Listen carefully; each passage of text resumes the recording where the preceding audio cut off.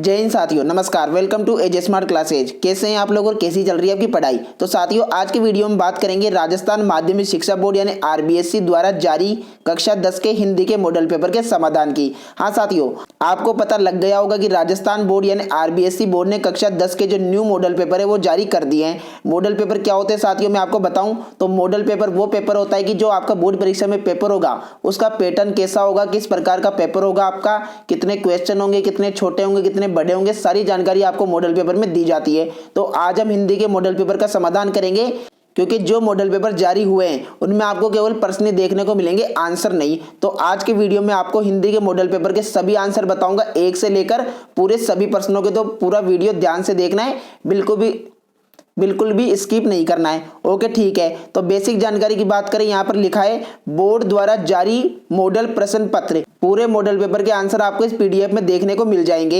ये पीडीएफ आपको मेरे द्वारा दे दिया जाएगा बिल्कुल आसानी से। कैसे मिलेगा उसके लिए वीडियो पर बने रहिए, पूरी जानकारी बताऊंगा। पूर्णांक की बात करें साथियों, 80 नंबर का आपको पेपर देखने को मिलेगा, क्योंकि 20 आपके सत्रांक होते हैं जो विद्यालय द्वारा भेज दिए जाते हैं। तो टोटल आपको 100 में से नंबर लाने होते हैं। और समय रहेगा 3 घंटे 15 मिनट का, यानी 3 घंटे 15 मिनट में आपको पूरा पेपर करना होगा। और भी जानकारी की बात करें, यहाँ पर लिखा है विषय हिंदी माध्यमिक परीक्षा कक्षा 10 मॉडल पेपर 1, जो कि बोर्ड द्वारा जारी है। यहाँ पर लिखा है बोर्ड द्वारा जारी मॉडल प्रश्न पत्र। तो आइए इसके समाधान की बात कर लेते हैं। सबसे पहले आपको इसमें देखने को मिलेगा खंड अ।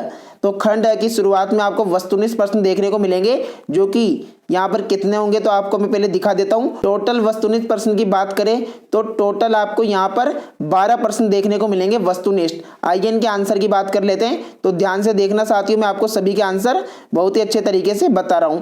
पहला जो हमारे पास सवाल आता है वह बोल रहा है पंडिताइन शब्द में प्रयुक्त प्रत्यय बताइए। तो प्रत्यय क्या होता है साथियों, जो नाम के पीछे लगते हैं। तो यहाँ पर पंडिताइन, तो पीछे आप अगर इसको ध्यान से पढ़ेंगे तो आपको सुनाई देगा ताइन। तो आपका इसमें ऑप्शन ब एकदम राइट आंसर हो जाएगा कि इसमें आइन प्रत्यय जुड़ा हुआ है। कौन सा साथियों, आइन। ठीक है। इसके बाद हम नेक्स्ट की बात करें तो यहाँ पर आप देखेंगे सेकंड क्वेश्चन बोल रहा है स्वच्छ शब्द का सही संधि विच्छेद है। तो स्वच्छ का जो सही संधि विच्छेद है वो जाएगा इसमें ऑप्शन द, सु प्लस अच्छ। ओके, ठीक है साथियों, बिल्कुल सटीक आंसर बता रहा हूं। उसके बाद ये पीडीएफ आपको मेरे द्वारा दे दिया जाएगा। ठीक है। इसके बाद थर्ड क्वेश्चन की बात करें भ्रमर गीत की भाषा है। तो भ्रमर गीत की भाषा कैसी है, ब्रज भाषा है। तो ऑप्शन डी आपका इसमें फिर से राइट हो जाएगा। फोर्थ की बात करें अट नहीं रही कविता में किसकी आभा का वर्णन किया गया है। तो इसमें वर्णन किया गया है साथियों फागुन का। किसका, फागुन का। ओके, ठीक है। इस फिफ्थ क्वेश्चन बोल रहा है जयशंकर प्रसाद का जन्म हुआ था। तो जयशंकर प्रसाद जी का जन्म कहाँ पे हुआ था, तो आपको याद रखना है वाराणसी में हुआ था। तो ऑप्शन ब आपका इसमें एकदम राइट आंसर हो जाएगा।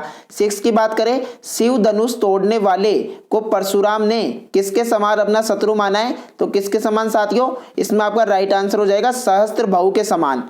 ओके, ठीक है। इसके बाद 7 क्वेश्चन बोल रहा है शहर के मुख्य बाजार के मुख्य चौराहे पर किसकी प्रतिमा लगी थी। तो किसकी लगी थी साथियों, इसमें आपका राइट आंसर हो जाएगा नेताजी सुभाष चंद्र बोस की। ऑप्शन अ आपका एकदम राइट आंसर हो जाएगा, नेताजी सुभाष चंद्र बोस जी की वहां पर प्रतिमा लगी थी। ठीक है। इसके बाद 8th क्वेश्चन बोल रहा है यही सच है कहानी संग्रह के लेखक है। तो कौन है साथियों, इसमें आपका ऑप्शन स एकदम राइट आंसर हो जाएगा मनु भंडारी। तो मनु भंडारी जी यही सच है कहानी के संग्रह के लेखक है। 9 क्वेश्चन बोल रहा है लखनवी अंदाज लेख के माध्यम से कवि ने किस पर व्यंग किया है। तो इसमें आपका राइट आंसर हो जाएगा स, नवाबों पर। ओके। इसके बाद क्वेश्चन नंबर 10 की बात करें मानव संस्कृति है। तो मानव संस्कृति कैसी है साथियों, अविभाज्य है। ठीक है। इसके बाद 11 क्वेश्चन बोल रहा है मेहनत कश बादशाहों का शहर कहा गया है। तो किसे कहा गया है साथियों, गंतोक को। तो ऑप्शन अ आपका इसमें एकदम राइट आंसर हो जाएगा। 12 क्वेश्चन बोल रहा है पिताजी तारकेश्वर को प्यार से कहकर बुलाते थे। तो क्या कहकर बुलाते थे, भोलेनाथ। तो ऑप्शन ब आपका एकदम राइट आंसर हो जाएगा। और सभी प्रश्नों के आंसर आप यहाँ पर देख सकते हैं, आपको यहाँ पे इस बॉक्स में यहाँ पर लिखे हुए दिखाई दे रहे होंगे। तो इस तरीके से आप इस पीडीएफ में आंसर भी देख पाएंगे। ठीक है। इसके बाद आपको प्रश्न 1 के बाद जो प्रश्न देखने को मिलेगा वह है प्रश्न 2। इसमें आपको रिक्त स्थान देखने को मिलेंगे और प्रत्येक रिक्त स्थान 1 नंबर का होने वाला है। ठीक है, आइए इनको भी समझ लेते हैं। तो इसका पहला रिक्त स्थान बोल रहा है जिस क्रिया में 2 कर्म प्रयुक्त होते हैं उसे क्या कहते हैं, उसे द्विकर्मक क्रिया कहते हैं। यहाँ पर लिखा है, ठीक है, द्विकर्मक। इसके बाद है अविभाज्य शब्द को ही क्या कहते हैं, अवयव कहते हैं साथियों। क्या कहते हैं, अवयव। ठीक है। थर्ड है रिक्त स्थान समास के दोनों पद समान रूप से प्रधान होता है, तो द्वंद्व समास का आपका इसमें राइट आंसर हो जाएगा। फोर्थ बोल रहा है संज्ञा सर्वनाम क्रिया तथा अव्यय पदों के साथ प्रत्यय जोड़कर विशेषण बनाए जाते हैं। क्या जोड़कर साथियों? प्रत्यय जोड़कर विशेषण बनाए जाते हैं। फिफ्थ बोल रहा है संज्ञा के स्थान पर प्रयुक्त होने वाले शब्द क्या कहलाते हैं? सर्वनाम कहलाते हैं। ठीक है, ये भी बिल्कुल राइट आंसर है। इसके बाद इसका sixth fill in the blanks यानी रिक्त स्थान बोल रहा है उपसर्ग वे शब्दांश से जो शब्द के आरंभ यानी आगे जुड़कर शब्द के अर्थ को बदल देते हैं, यहाँ पर लिखा है। ठीक है, इसके बाद आपको प्रश्न नंबर 3 में देखने को मिलेगा कि अपठित गद्यांश को ध्यान से पढ़िए और नीचे दिए गए प्रश्नों के उत्तर अपनी उत्तर पुस्तिका में लिखिए। तो पहले तो आपको इसको अच्छे तरीके से पढ़ लेना है और यहाँ पर इसके शीर्षक की और भी इंपॉर्टेंट क्वेश्चन आपको यहाँ पर पूछा गया इससे, और सभी का आंसर आपको इस पीडीएफ में देखने को मिल जाएगा। आप चाहे तो यहाँ से नोट कर सकते हैं या आपको ये पीडीएफ मेरे द्वारा दे दिया जाएगा बहुत ही आसानी से। इसके बाद फोर्थ क्वेश्चन में आपको इस पद्यांश को ध्यान से पढ़ना है और नीचे दिए गए प्रश्नों के आपको उत्तर देने हैं, जो भी आपको यहाँ पर देखने को मिल जाएंगे। जैसे कि यहाँ पर लिखा है कि पद्यांश का उचित शीर्षक लिखो, तो यहाँ पर लिखा है वसंत का आगमन या वसंत का सौंदर्य। ठीक है, इसके बाद यहाँ से आपका खंड ब स्टार्ट होगा प्रश्न नंबर 5 से, यानी प्रश्न नंबर 1 से लेके प्रश्न नंबर जो आपके 4 तक है उसमें तो आपको खंड अ देखने को मिलेगा, प्रश्न नंबर 5 से आपको खंड ब देखने को मिलेगा। तो खंड ब का जो प्रश्न नंबर 5 है, काशी संस्कृति की पाठशाला है नौबत खाने में इबादत पाठ के आधार पर लिखी है। तो इसका पूरा आंसर आपको यहाँ पर लिखा हुआ दिखाई दे रहा होगा, आप देख सकते हैं। मैं आपको इसको पढ़ के बताऊं तो काशी की संस्कृति की पाठशाला इसलिए कहा गया है क्योंकि शास्त्रों में काशी आनंद कानन के नाम से प्रतिष्ठित है। हम यहाँ संगीत को भक्ति से, भक्ति को किसी भी धर्म के कलाकार से, कजरी को चेती से और विश्वनाथ की सालाक्सी से, बिस्मिल्लाह खां के गंगाद्वार से अलग करके नहीं देख सकते हैं। तो आपका इसमें राइट आंसर हो जाएगा। प्रश्न नंबर 6 बोल रहा है संस्कृति असंस्कृति में कब बदल जाती है? तो लेखक के अनुसार संस्कृति में मानव कल्याण की भावना निहित होती है। जब यही भावना टूट कर मानव के अकल्याण और विनाश में सहायक बन जाती है तब वह असंस्कृति हो जाती है, अर्थात जिसका परिणाम असभ्यता कहलाता है। इसलिए मानव में कल्याण की भावना होनी चाहिए। ठीक है, बहुत ही अच्छा आंसर है ये भी। फिर प्रश्न नंबर 7 बोल रहा है संगतकार कविता का मूल भाव क्या है? तो आप इसका आंसर भी यहाँ से लिख देंगे। संगतकार कविता में संगतकार का महत्व बताया गया है। वह मुख्य गायक के पीछे पीछे चलता है, उसके स्वर को बिखेरने नहीं देता है और उसे सफलता दिलाने में महत्वपूर्ण भूमिका निभाता है, अतः उसे भी पूरा सम्मान मिलना चाहिए। ठीक है, प्रश्न नंबर 8 बोल रहा है आत्मकथा कविता में कवि ने किन किन बिंबों का प्रयोग किया है?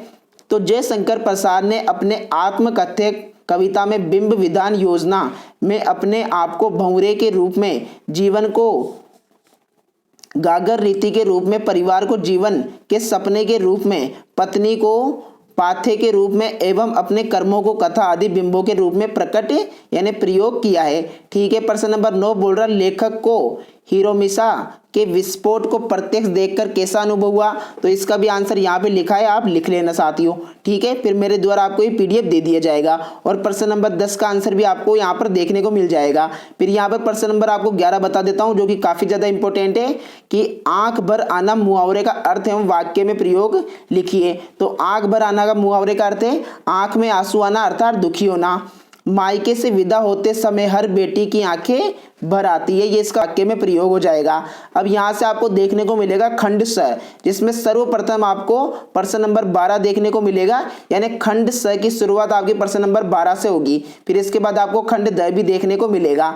तो प्रश्न नंबर 12 बोल रहा है निम्नलिखित पठित गद्यांश को ध्यान पूर्वक पढ़कर पूछे गए प्रश्नों के उत्तर सही उत्तर पुस्तिका में लिखिए। ठीक है, यहाँ पर बार बार सोचते क्या होगा उसे आपको ध्यान से पढ़ लेना है और इसको ध्यान से पढ़कर नीचे दिए गए प्रश्नों का जवाब आपको यहाँ पर दे देना है। यहाँ पर आंसर भी लिखे हुए हैं, बहुत ही सरलता से आप देख सकते हैं। अगर आपको ऊपर वाला गद्यांश नहीं समझ में आता तो आप नीचे वाला भी देख सकते हैं, क्योंकि आपको इसमें 2 देखने को मिलेंगे, एक अथवा का भी, यानी दोनों बिल्कुल एक जैसे हैं। जिसकी भाषा आपको सरल लगती है वो आप इसमें से कर लेना। और इसमें आपको प्रश्न नंबर 13 की बात करें, इसमें आपको पद्यांश को पढ़ना है और नीचे दिए गए प्रश्नों के आपको आंसर बताने हैं। तो आप यहाँ से लिख सकते हैं। अगर आपको ऊपर वाला नहीं आता है तो आप इसके नीचे वाला भी कर सकते हैं जो आपको अथवा में देखने को मिलेगा। ठीक है, इसके बाद आपको यहाँ पर प्रश्न नंबर 14 मिलेगा जो कि आपको अथवा में देखने को मिलेगा। अगर आपको ऊपर वाला नहीं आता तो आप नीचे वाला कर सकते हैं। तो दोनों क्वेश्चनों के आंसर आपको यहाँ पर स्क्रीन पे देखने को मिल जाएंगे। और प्रश्न नंबर 15 में भी वही है, आप 2 ही प्रश्न देखने को मिलेंगे जो अथवा में होंगे। ठीक है, प्रश्न नंबर 16 में आपको यहाँ पर 2 जीवन परिचय देखने को मिलेंगे। एक तो यतीन्द्र मिश्र के कृतित्व एवं व्यक्तित्व के विषय में लिखिए और एक कवि जयशंकर प्रसाद के कृतित्व एवं व्यक्तित्व के विषय में लिखिए। तो आप दोनों में से एक कर सकते हैं, कोई सा भी। तो आप यहाँ पर देख सकते हैं दोनों के यहाँ पर लिखे हुए हैं उनका जीवन परिचय। ठीक है, बहुत ही सरलता से। प्रश्न नंबर 17 भी आपके पाठ का काफी इंपॉर्टेंट क्वेश्चन है जिसका आंसर भी आपको देखने को मिल जाएगा अथवा में। फिर इंपॉर्टेंट क्वेश्चन आता है यहाँ पर प्रश्न नंबर 18 जो कि आपका 6 नंबर का रहने वाला है। इसमें बोला है निम्नलिखित विषयों में से किसी एक विषय पर 300 शब्दों में निबंध लिखिए। तो यहाँ पर आपको लगभग 3 से 4 टॉपिक दिए गए हैं जिसमें से आप एक टॉपिक पर लगभग 300 शब्द यानी 3 पेज का निबंध लिख सकते हैं बहुत ही सरल भाषा में। तो आप यहाँ पे देख सकते हैं 4 आपको टॉपिक देखने को मिले हैं और सभी के ऊपर निबंध मैं आपको यहाँ पर दिखा देता हूँ। धीरे धीरे स्क्रॉल करता हूँ ताकि आप चाहे तो यहाँ से नोट कर सकते हैं। सबसे पहला आतंकवाद के ऊपर है, उसके बाद पर्यावरण प्रदूषण स्टार्ट हो रहा है तो आप इसका भी यहाँ से देख सकते हैं। ठीक है, तो पर्यावरण प्रदूषण जैसे इसके बाद खत्म होगा उसके बाद आपको निबंध नंबर 3 देखने को मिलेगा अनुशासन का महत्व, जो भी इस प्रकार का रहने वाला है। ठीक है, इसके बाद निबंध नंबर 4 की बात करें मेरी अविस्मरणीय यात्रा, जो भी आप यहाँ से देख सकते हैं। ठीक है, इसके बाद प्रश्न नंबर 19 आपको देखने को मिलेगा कि स्वयं को राजकीय उच्च माध्यमिक विद्यालय गोपालपुरा का महेश मानकर प्रधानाचार्य से विद्यालय खेल सप्ताह मनाए जाने हेतु प्रार्थना पत्र लिखना है। अगर आपको ये नहीं आता तो स्वयं को रतनगढ़ निवासी राघव मानते हुए अपने मित्र को पुस्तकों का महत्व बताते हुए एक पत्र लिखना है जो कि इस प्रकार का रहने वाला है। ठीक है, तो आप यहाँ से देख सकते हैं सबसे पहले प्रार्थना पत्र जो कि प्रधानाचार्य को लिखना है विद्यालय में खेल सप्ताह मनाए जाने के संबंध में। ठीक है, यानी स्पोर्ट वीक पे। और इसके बाद आपको यहाँ पे अपने प्रिय मित्र दिव्यांशु को भी पत्र देखने को मिल जाएगा जिसमें आपको किताबों का महत्व उसे बताना है। फिर प्रश्न नंबर 20 आपको देखने को मिलेगा निर्धन महिलाओं द्वारा बनाई गई दरियों की बिक्री हेतु विज्ञापन और व्यावसायिक शिक्षा छात्रों द्वारा बनाई गई वस्तुओं की प्रदर्शनी देखने आने हेतु एक विज्ञापन लिखिए। तो सबसे पहले ये गरीब महिलाओं का हो जाएगा, इस तरीके का आप यहाँ पर देख सकते हैं। विज्ञापन क्या होता है साथियों, जब भी हम कोई भी बिजनेस व्यापार जब शुरू करते हैं तो उसके जो प्रमोशन के लिए उसको लोगों तक पहुंचाने के लिए जो भी इस तरह के पंपलेट वगैरह छपाए जाते हैं ये सब विज्ञापन की श्रेणी में आते हैं। ठीक है, तो ये आपको यहाँ पर देखने को मिल जाएगा, इस प्रकार का होगा। ओके, ठीक है साथियों, तो ये आपका लास्ट पेज था। इस प्रकार का आपका पेपर रहने वाला है बोर्ड परीक्षा का।